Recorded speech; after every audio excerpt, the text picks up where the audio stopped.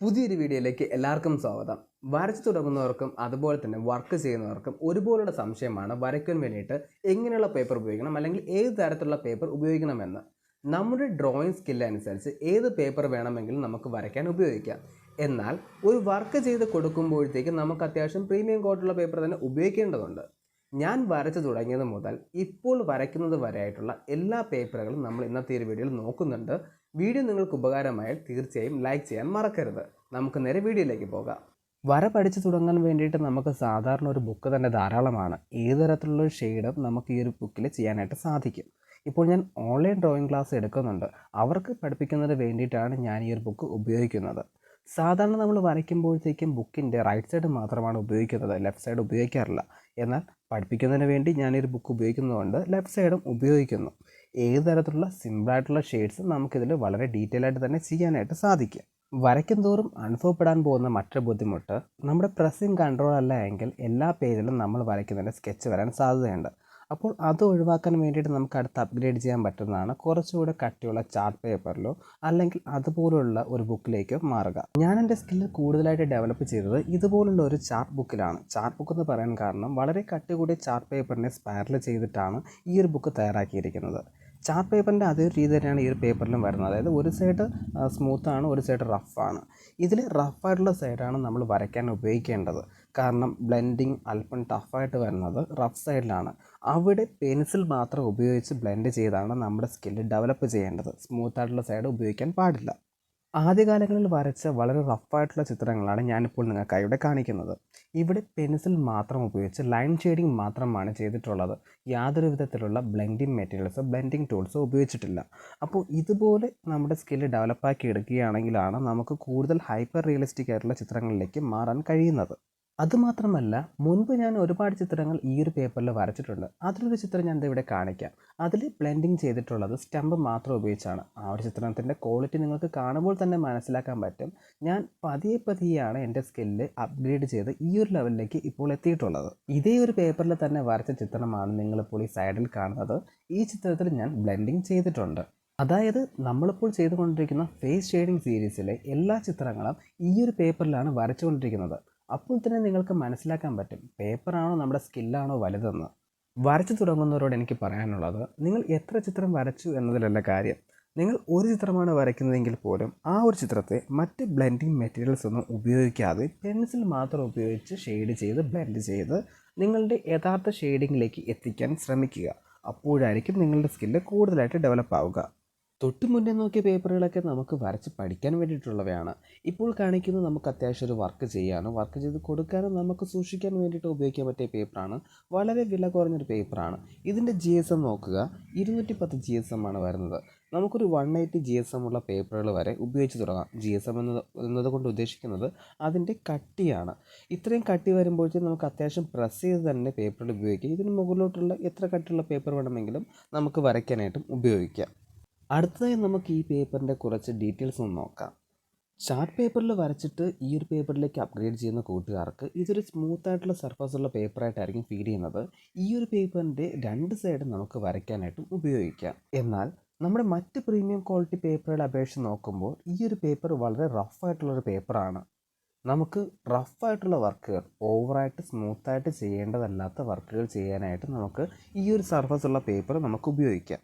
പിന്നെ ശ്രദ്ധിക്കേണ്ട ഒരു കാര്യം, നമുക്ക് അധികമായിട്ട് എറേസ് ഈ ഒരു പേപ്പറിൽ ചെയ്യാതിരിക്കാൻ നോക്കുക. കാരണം എറേസ് ചെയ്യുമ്പോൾ പേപ്പറിൻ്റെ ഒരു ലെയറാണ് ഇളകി മാറുന്നത്. എറേസിങ്ങിനെ കുറിച്ച് നമുക്കൊരു വീഡിയോ തന്നെ ചെയ്യേണ്ടതുണ്ട്. അപ്പോൾ നിങ്ങൾ എറേസിങ് കൺട്രോൾ ചെയ്തായിരിക്കണം ഉപയോഗിക്കേണ്ടത്. എറേസിങ് കൺട്രോൾ ചെയ്യണമെങ്കിൽ നിങ്ങൾക്ക് മസ്റ്റായിട്ട് വേണ്ട മറ്റൊരു കാര്യമാണ് പെൻസിൽ ബാലൻസിങ്. പെൻസിൽ ബാലൻസിങ് ഉണ്ടെങ്കിൽ നമുക്ക് എക്സ്ട്രാ ലൈൻസ് ഒന്നും വരാതെ തന്നെ മുന്നോട്ട് പോകാനും എറേസിങ് ഒഴിവാക്കി ചെയ്യാനും സാധിക്കും.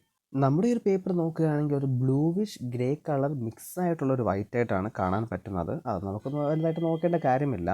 ഞാനിപ്പോൾ ഈ ഒരു പേപ്പറിൽ ചെയ്ത വർക്കുകളാണ് ഇപ്പോൾ ഈ സൈഡുകളിൽ കാണിച്ചുകൊണ്ടിരിക്കുന്നത്. നമുക്ക് അടുത്ത പേപ്പറിലേക്ക് പോകാം. ഐവറി പേപ്പർ ഉപയോഗിച്ചതിന് ശേഷം ഞാൻ ഉപയോഗിച്ച മറ്റൊരു പേപ്പറാണ് ബ്രിസ്റ്റോയുടെ ബ്രിസ്റ്റോൾ പേപ്പർ. ഇതൊരു അൾട്രാ സ്മൂത്ത് സീരീസിൽ വരുന്നൊരു പേപ്പർ ആണെങ്കിലും നമ്മുടെ ഐവറിയുടെ അതേ ഒരു റിസൾട്ട് തന്നെയാണ് ഈ ഒരു പേപ്പറിലും കിട്ടുന്നത്. കാരണം റഫായിട്ടുള്ളൊരു സർഫസ് ആണ്. ഞാനിത് 1 ടൈമാണ് പർച്ചേസ് ചെയ്തത്. പിന്നീട് ഞാനത് പർച്ചേസ് ചെയ്തിട്ടില്ല. കാരണം രണ്ടും തമ്മിൽ ഒരുപാട് ഡിഫറൻസ് എനിക്ക് ഫീൽ ചെയ്തിട്ടില്ല.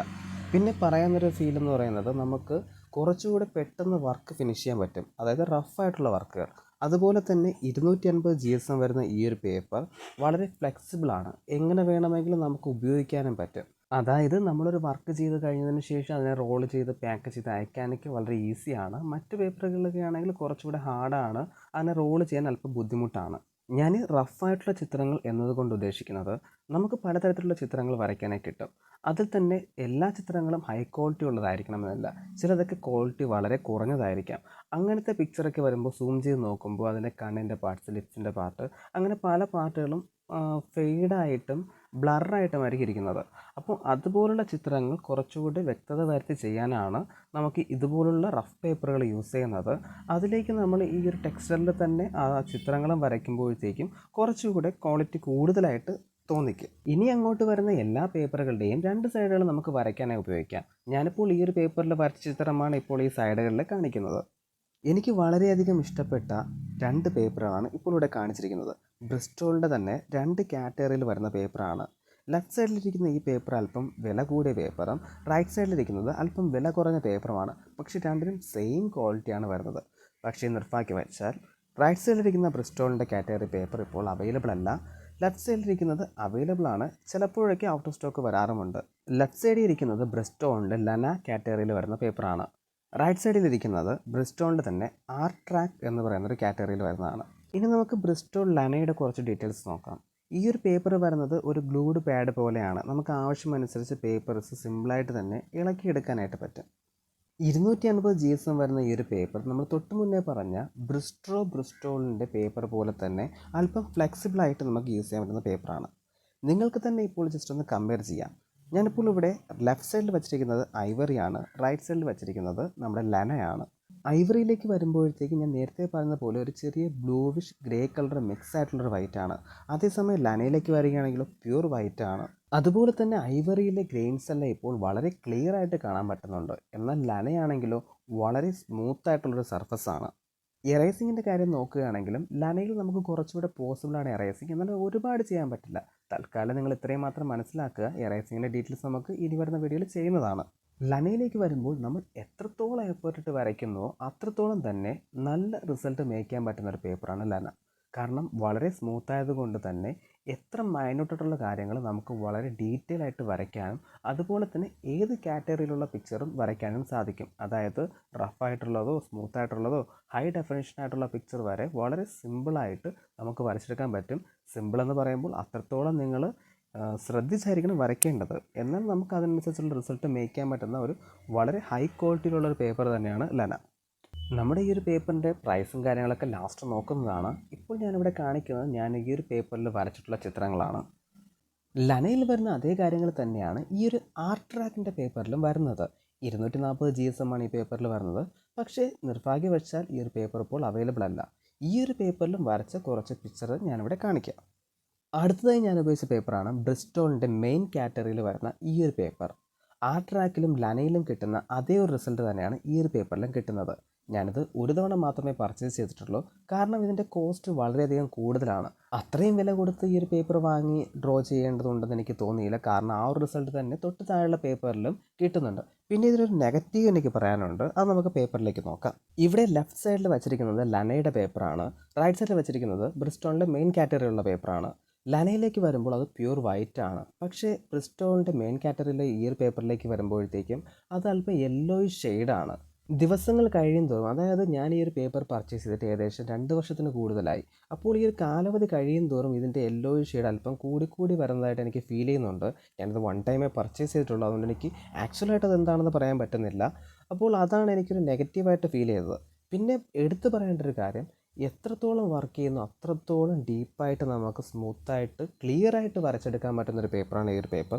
ഞാൻ ഇതിൽ ചെയ്ത വർക്കുകൾ നിങ്ങൾക്ക് ഇവിടെ കാണിക്കാം, അപ്പോൾ നിങ്ങൾക്ക് മനസ്സിലാക്കാൻ പറ്റും. അതുപോലെ തന്നെ എറേസിങ് കുറച്ചുകൂടെ കൂടുതൽ പോസിബിളായിട്ടുള്ളൊരു പേപ്പറാണ് ഈ ഒരു പേപ്പർ. അടുത്തതായി ഞാൻ ഉപയോഗിച്ചതും ഇപ്പോൾ ഉപയോഗിച്ചുകൊണ്ടിരിക്കുന്നതായ പേപ്പറാണ് ഇപ്പോൾ ഇവിടെ കാണിച്ചിരിക്കുന്നത്. ഇത് ശ്രദ്ധിക്കുക, ബ്രിസ്റ്റോൾ കാറ്റഗറിയാണ്. അതുപോലെ തന്നെ അൾട്രാ സ്മൂത്ത് സർഫസ് സീരീസിൽ വരുന്നൊരു പേപ്പർ തന്നെയാണ്. ഇത് ഒരു ഗ്ലൂഡ് പാഡാണ്. നമുക്ക് ഈസി ആയിട്ട് തന്നെ ഇതിലെ പേപ്പറെല്ലാം കീറിയെടുക്കാനായിട്ട് സാധിക്കും. 250 GSM വരുന്ന ഈ ഒരു പേപ്പർ വളരെയധികം ഫ്ലെക്സിബിളാണ്. അതുകൊണ്ട് തന്നെ നമുക്ക് വളരെയധികം ഈസി ആയിട്ട് റോൾ ചെയ്യാനും സാധിക്കും. അടുത്തത് നമുക്ക് ഈ ഒരു പേപ്പറിൻ്റെ കുറച്ച് സവിശേഷതകൾ നോക്കാം. ഇപ്പോൾ ലെഫ്റ്റ് സൈഡിലിരിക്കുന്നത് ഐവറിയാണ്, സെൻറ്ററിലിരിക്കുന്നത് ലനയാണ്, ലാസ്റ്റ് ഇരിക്കുന്നത് നമ്മളിപ്പോൾ കാണിച്ച പേപ്പറാണ്. നിർഭാഗ്യവശാൽ നിങ്ങളോട് കാണിക്കാനായി ആർട്ട് ട്രാക്കിൻ്റെ ഒരു പേപ്പർ പോലും എൻ്റെ കയ്യിലില്ല. വീണ്ടും വാങ്ങിക്കാമെന്നുള്ളൊരു ധാരണയിൽ എല്ലാ പേപ്പറുകളും ഞാൻ വരച്ച് സെയിൽ ചെയ്തു. എന്തായാലും നമുക്ക് ഉള്ള പേപ്പറുകൾ വെച്ച് നമുക്ക് ഡീറ്റെയിൽസ് നോക്കാം. നേരത്തെ പറഞ്ഞതുപോലെ തന്നെ ഐവറി പേപ്പറിന് ഒരു ബ്ലൂവിഷ് ഗ്രേ കളറിൻ്റെ ഷെയ്ഡാണ് വരുന്നത്. അതുപോലെ ലനയാണെങ്കിൽ പ്യൂർ വൈറ്റ് ആണ്. നമ്മുടെ ഇപ്പോഴത്തെ പേപ്പറാണെങ്കിൽ ചെറിയൊരു യെല്ലോ ഷെയ്ഡാണ്.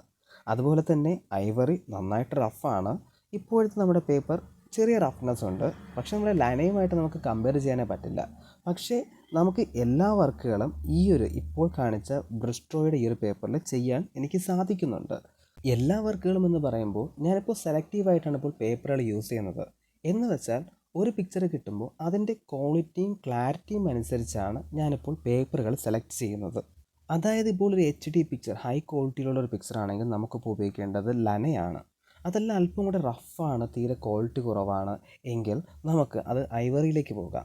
ഒരു മീഡിയം ക്വാളിറ്റി നമുക്ക് വരച്ചെടുത്താൽ കുറച്ചുകൂടെ ഇമ്പ്രൂവ് ചെയ്യാനുള്ള പിക്ചർ ആണെങ്കിൽ നമ്മുടെ ഇപ്പോഴത്തെ ഈ ഒരു ബ്രിസ്റ്റോൾ പേപ്പറിലേക്കും പോകാം. ഈ ഒരു പേപ്പറിൽ വരച്ച ചിത്രങ്ങളാണ് ഇപ്പോൾ ഈ സൈഡിൽ നിങ്ങൾ കാണുന്നത്. നിങ്ങളിപ്പോൾ നിങ്ങളുടെ ഡ്രോയിങ് സ്കിൽ ഇമ്പ്രൂവ് ആക്കാനും അതുപോലെ തന്നെ ലൈൻസും ഷെയ്ഡ്സും ക്ലിയർ ആക്കാനുമാണ് നോക്കുന്നതെങ്കിൽ സാധാ ഒരു ബുക്കോ അല്ലെങ്കിൽ ഒരു ഡ്രോയിങ് ബുക്കോ മതിയാകും. ഞാനിപ്പോൾ ഇവിടെ ഉപയോഗിക്കുന്നത് ചാർട്ട് പേപ്പറിനെ കട്ട് ചെയ്ത് അതിനെ സ്പാരൽ ചെയ്തിട്ടുള്ള ബുക്കായിട്ടാണ്. ഈ ഒരു ബുക്ക് എല്ലാ ഷോപ്പുകളിലും കിട്ടുകയല്ല, സെലക്റ്റീവായിട്ടുള്ള ഷോപ്പുകളിലായിരിക്കും കിട്ടുന്നത്. നിങ്ങൾക്ക് ആർക്കെങ്കിലും വേണമെങ്കിൽ കോൺടാക്റ്റ് ചെയ്യുക. കഴിയുന്നത് പോലെ ഞാൻ അറേഞ്ച് ചെയ്യാൻ ശ്രമിക്കാം. ഇപ്പോൾ ഞാൻ ഈ ഒരു ബുക്ക് തന്നെ പറയാൻ കാരണം, ഞാനിപ്പോൾ ഈ ഒരു ബുക്കിലാണ് നിങ്ങൾക്ക് വേണ്ടുന്ന ചെറിയ ചെറിയ ക്ലാസ്സുകളൊക്കെ എടുക്കുന്നത്. അതായത് ആദ്യത്തെ ഷെയ്ഡ്സ്, ഇപ്പോഴത്തെ ഫേസ് ഷെയ്ഡിങ്, അതൊക്കെ ഞാൻ ചെയ്യുന്നത് ഈ ഒരു ബുക്കിലാണ് ചെയ്യുന്നത്. ചെയ്യുമ്പോൾ നിങ്ങൾ ഒരു കാര്യം മാത്രം ശ്രദ്ധിക്കുക. ഇപ്പോൾ ഈ ഒരു പേപ്പറിന് റഫായിട്ട് സ്മൂത്തായിട്ടുള്ള സൈഡ്സ് വരുന്നുണ്ട്. അതിൽ റഫ് സൈഡ് മാത്രം സെലക്ട് ചെയ്ത് വരയ്ക്കുക. എന്നാൽ മാത്രമായിരിക്കും നമ്മുടെ സ്കില്ല് ഡെവലപ്പ് ആക്കാൻ പറ്റുന്നത്. അതുപോലെ തന്നെ മാക്സിമം നിങ്ങൾ ബ്ലെൻഡിങ് മെറ്റീരിയൽസ് ഉപയോഗിക്കാതെ തന്നെ ആ ഒരു ഷെയ്ഡിലേക്ക് എത്തിക്കാനും ശ്രമിക്കുക. അപ്പോൾ നമ്മുടെ സ്കില്ല് കുറേ കൂടി കൂടുതലായിട്ട് ഡെവലപ്പായി വരും. നിങ്ങളിപ്പോൾ ബെറ്റർ ആയിട്ടുള്ള പേപ്പറാണ് സെർച്ച് ചെയ്യുന്നതെങ്കിൽ അതിന് വേണ്ടിയിട്ട് ഞാൻ ഉപയോഗിക്കുന്ന എല്ലാ പേപ്പറിൻ്റെ ഡീറ്റെയിൽസ് ഞാനിപ്പോൾ പറഞ്ഞു കഴിഞ്ഞു. അതിൽ ഞാൻ വരച്ച ചിത്രങ്ങളും നിങ്ങളെ കാണിച്ചു കഴിഞ്ഞു. അപ്പോൾ നിങ്ങൾക്ക് തന്നെ ഇനി ചൂസ് ചെയ്യാം ഏത് പേപ്പർ വാങ്ങിക്കണമെന്ന്. ഏത് പേപ്പറാണെങ്കിലും നമ്മൾ വർക്ക് ചെയ്യാൻ വില്ലിങ് ആണെങ്കിൽ നല്ലൊരു റിസൾട്ട് തന്നെ മേക്ക് ചെയ്യാൻ പറ്റും. പിന്നെ കൊടുക്കുന്ന ടൈം നമുക്ക് റെഡ്യൂസ് ചെയ്യുക എന്നാണ് അടുത്ത ലക്ഷ്യം. ഒരു വർക്ക് ചെയ്യുമ്പോൾ അതിൻ്റേതായ ടൈം നമ്മൾ മാനേജ് ചെയ്യേണ്ടതുണ്ട്. അപ്പോൾ അതും നമ്മൾ ശ്രദ്ധിക്കേണ്ടതുണ്ട്. ഇപ്പോൾ ഞാൻ എല്ലാത്തിൻ്റെ പ്രൈസ് ഇവിടെ മുകളിൽ കൊടുത്തിട്ടുണ്ട്. നിങ്ങൾക്ക് നിങ്ങളുടെ ഒരു സ്കില്ലനുസരിച്ച് നിങ്ങളുടെ ടൈം മാനേജ്മെൻറ്റ് അനുസരിച്ച് നിങ്ങൾക്ക് ഓരോന്നായിട്ട് പർച്ചേസ് ചെയ്ത് ഉപയോഗിച്ച് നോക്കാം. ഞാനിപ്പോൾ ഉപയോഗിക്കുന്ന പേപ്പർ ഐവറിയും ബ്രിസ്റ്റോളിൻ്റെ ലനയും അതുപോലെ തന്നെ ബ്രിസ്റ്റോൾ പേപ്പറുമാണ്. അത് തന്നെ സെലക്റ്റീവായിട്ട് യൂസ് ചെയ്യുന്നതിൻ്റെ കാരണവും ഞാൻ തൊട്ട് മുന്നേ പറഞ്ഞിരുന്നു. നമുക്ക് കിട്ടുന്ന പിക്ചർ അനുസരിച്ച് നമുക്ക് ഏത് പേപ്പർ വേണമെങ്കിലും ചൂസ് ചെയ്യാം. അപ്പോൾ നിങ്ങൾ അതും മനസ്സിലാക്കി ചെയ്യേണ്ടതാണ്. കാരണം ഞാൻ ഇത്രയധികം ചിത്രങ്ങൾ വരച്ചപ്പോഴാണ് എനിക്ക് എങ്ങനെയാണ് ഏത് പേപ്പറാണ് ചൂസ് ചെയ്ത് വരയ്ക്കേണ്ടതെന്നുള്ളൊരു ഐഡിയ കിട്ടിയത്. അപ്പോൾ നിങ്ങളും വരയ്ക്കുന്നതനുസരിച്ചായിരിക്കും അതിൻ്റെ ഒരു ക്ലാരിറ്റി നിങ്ങൾക്ക് കിട്ടുക. ഇത്രയും കാര്യങ്ങളാണ് പേപ്പറുമായി ബന്ധപ്പെട്ട് എനിക്ക് നിങ്ങളോട് പറയാനുള്ളത്. ഈ പറഞ്ഞതിൽ എന്തെങ്കിലും ഡൗട്ട്സ് ഉണ്ടെങ്കിൽ തീർച്ചയായും നിങ്ങൾ കമൻറ്റ് ചെയ്യുക. അതുപോലെ തന്നെ എന്തെങ്കിലും മിസ്റ്റേക്സുകൾ ഉണ്ടെങ്കിൽ അത് നിങ്ങൾ കമൻറ്റ് ചെയ്യുക. അതുപോലെ തന്നെ നിങ്ങൾക്കുള്ള ഡൗട്ടുകൾ തീർച്ചയായും കമൻറ്റ് ചെയ്യാൻ മറക്കരുത്. കാരണം ഞാനിപ്പോൾ നിങ്ങളുടെ ഡൗട്ട്സ് അനുസരിച്ചാണ് ഓരോ വീഡിയോകളായി പ്രിപ്പയർ ചെയ്യുന്നത്. അതാണ് കൂടുതൽ ആളുകളിലേക്ക് എത്തുന്നത്. കാരണം ഈ ഡൗട്ട്സ് നിങ്ങൾക്ക് മാത്രമല്ല പലർക്കുമുള്ള ഡൗട്ട്സാണ്. അപ്പോൾ അത് കമൻറ്റ് ചെയ്യാൻ മറക്കരുത്. വീഡിയോ നിങ്ങൾക്ക് ഇഷ്ടമായി ലൈക്ക് ചെയ്യാൻ മറക്കരുത്. അതുപോലെ തന്നെ നിങ്ങളുടെ അഭിപ്രായങ്ങളും പറയുക, നിങ്ങളുടെ കൂട്ടുകാരിലേക്കും എത്തിക്കുക. നമുക്ക് പുതിയൊരു വീഡിയോ ആയിട്ട് ഉടനെ തന്നെ കാണാം. താങ്ക്